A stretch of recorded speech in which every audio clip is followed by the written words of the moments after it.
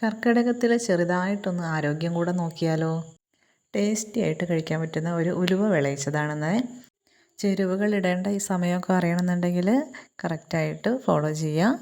Video skip ചെയ്യാതെ കാണുക കേട്ടോ. അപ്പോൾ ആദ്യമായിട്ട് നമ്മൾ എടുക്കുന്നത് ഉലുവയാണ്. അപ്പോൾ ഈ ഉലുവ 600 ഗ്രാമാണ് ഇട്ടുള്ളത്. അപ്പോൾ ഇത് നമ്മൾ കുതിർത്തി വെച്ചിട്ടൊന്നുമില്ല. നേരെ ഉലുവ കഴുകി വൃത്തിയാക്കിയിട്ട് കുക്കറിലിട്ട് കൊടുക്കുകയാണ്. ഇത് നന്നായിട്ട് വെന്ത് വരണം. അപ്പോൾ നമ്മൾ കുതിർക്കാത്തത് കൊണ്ട് തന്നെ ഒരു 5-6 വിസിൽ വരെ നന്നായിട്ട് വേവിച്ചെടുക്കുക.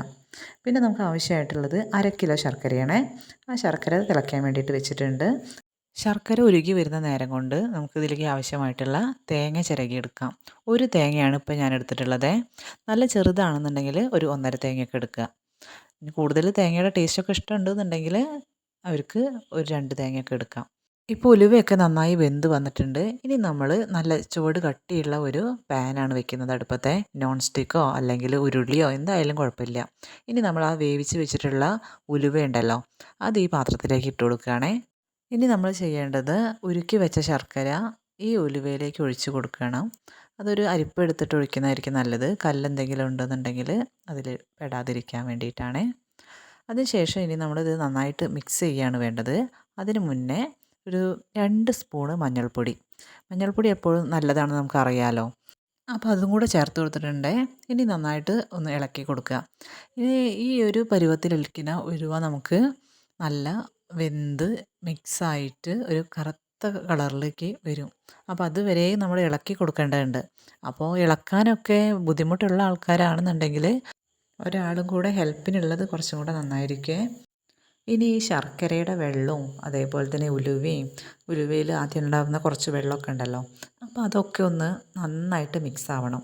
അപ്പോൾ ആ മിക്സ് ആവുന്ന സമയത്താണ് ഇനി നമ്മളിത് ചെയ്യേണ്ടത്, ചിരകി വെച്ചിട്ടുള്ള തേങ്ങ ഉണ്ടല്ലോ അത് ചേർത്ത് കൊടുക്കേണ്ടത്. അപ്പോൾ ഇത് നന്നായിട്ടൊന്ന് മിക്സ് ആവുന്ന വരെ നമ്മൾ ഇളക്കിക്കൊണ്ടേയിരിക്കണേ. ഈ ഇളക്കൽ നമ്മൾ നിർത്തി കളയരുത്. ഇനി അഥവാ അടുക്കി പിടിച്ചാലോ എന്ന് കരുതിയിട്ടാണ് പറയുന്നത്. അപ്പോൾ ഇളക്കിക്കൊണ്ടേ ഇരിക്കുക. നോൺ സ്റ്റിക്ക് ആയതുകൊണ്ട് ഇപ്പോൾ ഇതിൽ വലിയ ബുദ്ധിമുട്ടൊന്നുമില്ല, അടിയിൽ പിടിക്കുകയൊന്നുമില്ല. അപ്പോൾ ഇടയ്ക്കിടയ്ക്ക് കൈ വെച്ചിട്ട് ഇളക്കിയാലും കുഴപ്പമൊന്നുമില്ല.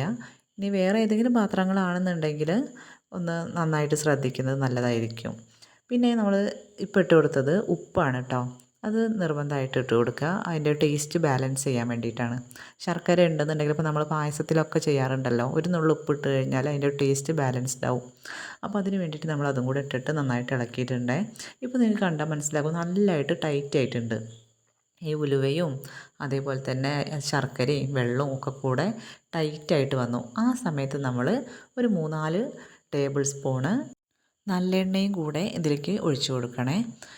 എന്നിട്ട് നന്നായിട്ട് ഇളക്കിക്കൊണ്ടേ ഇരിക്കുക. തീ നമ്മൾ ഹൈ ഫ്ലെയിമിലാണ് ഇട്ടിട്ടുള്ളത്. എങ്കിലേ ആ നന്നായിട്ട് വെള്ളമൊക്കെ വറ്റി വറ്റി വരുള്ളൂ. അപ്പോൾ അത് നന്നായിട്ട് ഡ്രൈ ആവുന്ന സമയത്ത് നമുക്കിങ്ങനെ ഫീൽ ചെയ്യും, നമ്മൾ ശരിക്കും മരുന്ന് വിലക്കുന്ന പോലെ തന്നെ ആ ഒരു വെള്ളത്തിൻ്റെ അംശമൊക്കെ അതിൽ തീരെ ഇല്ലാതെ ആവണം. എന്നാൽ മാത്രമേ ഇത് കേട് വരാതിരിക്കുള്ളൂ. 1 മാസമൊക്കെ കേട് വരാതിരിക്കും. അപ്പോൾ ഇനിയിപ്പോൾ നമ്മൾ എടുത്തിട്ടുള്ളത് നല്ല ജീരകവും കുരുമുളക് അതുപോലെ തന്നെ ഏലക്കായ. അപ്പോൾ ഇത്രയും സാധനങ്ങൾ പൊടിക്കണം. അത് നന്നായിട്ടൊന്ന് മിക്സിയിലിട്ടിട്ടോ അല്ലെങ്കിൽ കല്ലിൽ കുത്തിയിട്ടോ പൊടിച്ചെടുക്കുക. അതിന് ശേഷം ഇതിലേക്ക് ഇട്ട് കൊടുക്കുക. പിന്നെ വീഡിയോ ഇഷ്ടമാവുന്നുണ്ടെങ്കിൽ ഒന്ന് ലൈക്ക് ചെയ്ത് സബ്സ്ക്രൈബ് ചെയ്ത് നിങ്ങളുടെ അഭിപ്രായങ്ങളൊക്കെ കമൻറ്റ് ബോക്സിൽ ഇടണേ. അതേപോലെ തന്നെ പറ്റുന്നുണ്ടെങ്കിൽ ഉപകാരമാണെന്നുണ്ടെങ്കിൽ മറ്റുള്ളവർക്ക് ഷെയർ ചെയ്യാനും മറക്കരുത്. സബ്സ്ക്രൈബ് ചെയ്ത് ആ ബെല്ലൈക്കൺ കൂടെ ഒന്ന് അമർത്തുകയെന്നുണ്ടെങ്കിൽ ഞാനിടുന്ന വീഡിയോസൊക്കെ വേഗം വേഗം നിങ്ങൾക്ക് കാണാൻ പറ്റും. മറ്റേ പേഴ്സണലൈസ്ഡ് ആയിട്ട് കിടക്കുകയെന്നുണ്ടെങ്കിൽ അത്ര പെട്ടെന്ന് കാണാൻ പറ്റില്ല കേട്ടോ. അപ്പോൾ അതും കൂടെ ചെയ്യുകയാണെന്നുണ്ടെങ്കിൽ നല്ലതായിരിക്കും. അപ്പോൾ പറഞ്ഞു വന്ന് നമ്മുടെ ഉലുവയൊക്കെ ഇവിടെ സെറ്റായിട്ടുണ്ട് കണ്ടോ. അത് നമ്മളിങ്ങനെ എടുക്കുന്ന സമയത്ത് ഇങ്ങനെ കട്ടയായിട്ട് ഇങ്ങനെ താഴേക്ക് വീണുകൊണ്ടിരിക്കും. അങ്ങനെ തീരെ വെള്ളമില്ലാതെ ആ എണ്ണ നമ്മൾ ഒഴിച്ചിട്ടുണ്ടല്ലോ അതിങ്ങനെ മാത്രം തെളിഞ്ഞ് വരും. അതാണ് ഇതിൻ്റെ പരുവെന്ന് പറഞ്ഞത്. നമ്മളിപ്പോൾ ഉലുവ പിഴിഞ്ഞ് പായസം പോലത്തെ ഒരു പരുവത്തിൽ നമ്മൾ കുടിക്കില്ലേ, അപ്പോൾ അതിനേക്കാളും നമുക്ക് കുറച്ചും കൂടെ ടേസ്റ്റി ആയിട്ട് ഇത് തോന്നും. കാരണം ഇത് ചവച്ചരച്ച് ഇങ്ങനെ കഴിച്ചുകൊണ്ടിരിക്കുമ്പോൾ ഇതിലൊന്നും കളയാനില്ല, വേസ്റ്റാക്കി കളയാൻ നമുക്കൊന്നുമില്ലല്ലോ. മറ്റേത് ഇത് പിഴിഞ്ഞ് കളഞ്ഞ് കുറേ വേസ്റ്റ് വരും. അപ്പോൾ അത് അങ്ങനത്തെ ഒന്നും പ്രശ്നങ്ങളൊന്നുമില്ല അതിൽ. അപ്പോൾ നമുക്ക് മുഴുവനായിട്ട് നമ്മുടെ അകത്തേക്ക് എത്തുകയും ചെയ്യും. ഇരട്ടി ഗുണവുമാണ്, ടേസ്റ്റിയുമാണ്, കുറച്ച് ക്രഞ്ചി ഫീലൊക്കെ നമുക്ക് വരും. കടിച്ച് കടിച്ച് കഴിക്കാം.